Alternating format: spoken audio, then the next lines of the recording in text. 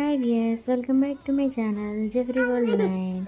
మనం కామన్గా ఈ మొక్కను అందరం ఇంట్లో గార్డెనింగ్గా పెంచుకుంటూ ఉంటాం కదా. అందరికీ తెలిసిన మొక్కే ఈ మొక్క. దీని గురించి నేను చెప్తాను, తెలుసుకోండి. దీనివల్ల బెనిఫిట్ ఏంటి అంటే, ఇంట్లో గాలి నాణ్యతను మెరుగుపరచడానికి ఇది సహాయం చేస్తుంది, ఎయిర్ ప్యూరిఫికేషన్ లాగా. ఓకేనా. ఇంకా ఇది పెద్ద పెద్ద ఆకులు ఉండడం వల్ల ఒక అలంకారంగా చూడటానికి అందంగా కనిపిస్తుంది, అంతే కదా. ఇంకా లో మెయింటెనెన్స్, దీనికోసం పెద్దగా కేర్ చేయాల్సిన అవసరం ఉండదు. ఎండ లేకపోయినా నార్మల్గా 2-3 డేస్కి ఒకసారి వాటర్ పోసినా సరిపోద్ది, పెరుగుతుంది అనమాట. దీనివల్ల మనకు లాస్ ఏంటి అని అంటే, దీనివల్ల వచ్చే రసం విషపూరితమైనది అనమాట.